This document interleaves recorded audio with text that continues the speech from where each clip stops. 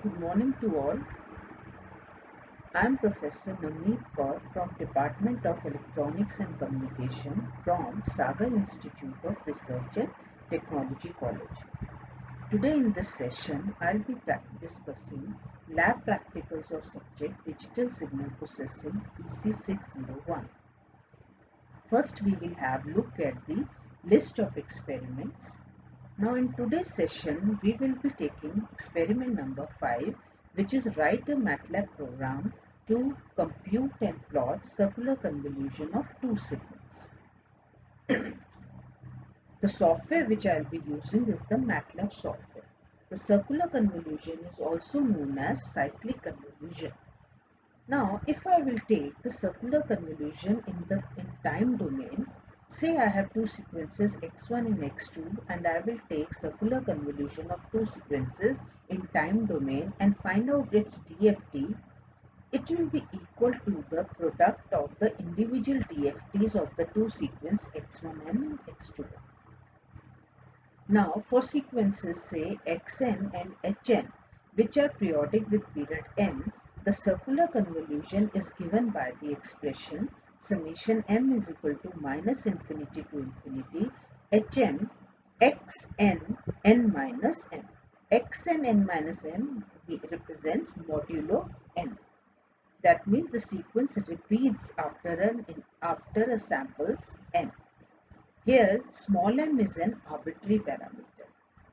Now first we will see the Matlab code of the experiment. Now I want to find out the circular convolution of the two sequences G and H. For that I have to enter the samples for the two sequences. So G is equal to input enter the first sequence. When I will enter this command, the Matlab command window will ask me this first sequence. Now you can enter as many as samples in this first sequence. Similarly for H is equal to input enter the second sequence. Now you can enter the second sequence. Now for determining the number of the samples in the two sequences, I will use command n1 is equal to length of G, n2 is equal to length of H. So n1 will have the number of samples in G, n2 will have the number of samples in H. Now in circular convolution, we have to make the number of the samples in both the sequences equal. So the number of the samples in the resultant sequence will be the maximum of the two sequences. So capital N is equal to max n1 comma n2. Now if the number of the samples in any of the sequences less than the second sequence, it will add 0 to that sequence to make the number of samples equal. Now I will take n3 is equal to n1 minus n2. Now if n3 is greater than 0, that means n1 is greater than n2. In that case, the number of the samples in sequence G is greater than the number of samples in H. So to make both the samples equal, we have to add 0 to the sequence H. So H will be given by H comma zeros bracket 1 comma absolute n3. That means we will create a matrix here which will have one row and absolute n3 as of columns. So absolute n3 means if n1 is having say 4 sample and n2 is having 3 samples, so n3 will be 1. So in that case, there will be one row and one column. That means only 1 0 will be added to sequence H. Now if n3 is less than 0, in that case the sequence H will have greater number of samples than G, so the zeros will be added to sequence G. Now for finding the circular convolution, according to the formula we have written the code. Say for n is equal to 1 is to n. In Matlab we will start the first sample from n is equal to 1. Now in this case we will see that small n is equal to 1.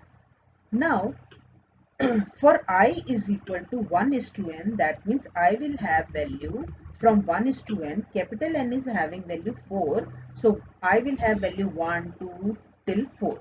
So first I will take say I is equal to 1.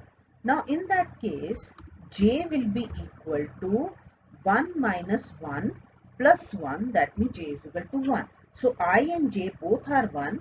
Initial value of yn is 0. So here we will have yn is equal to g1 into h1.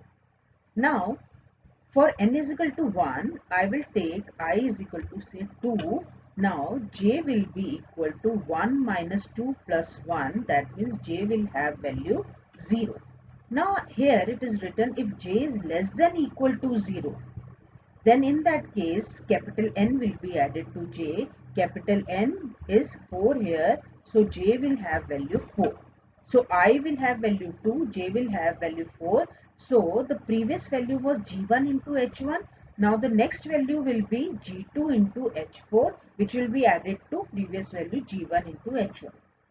Now I will take value then 3 and 4. Accordingly, g and h, product of terms g and h will be added to the previous terms.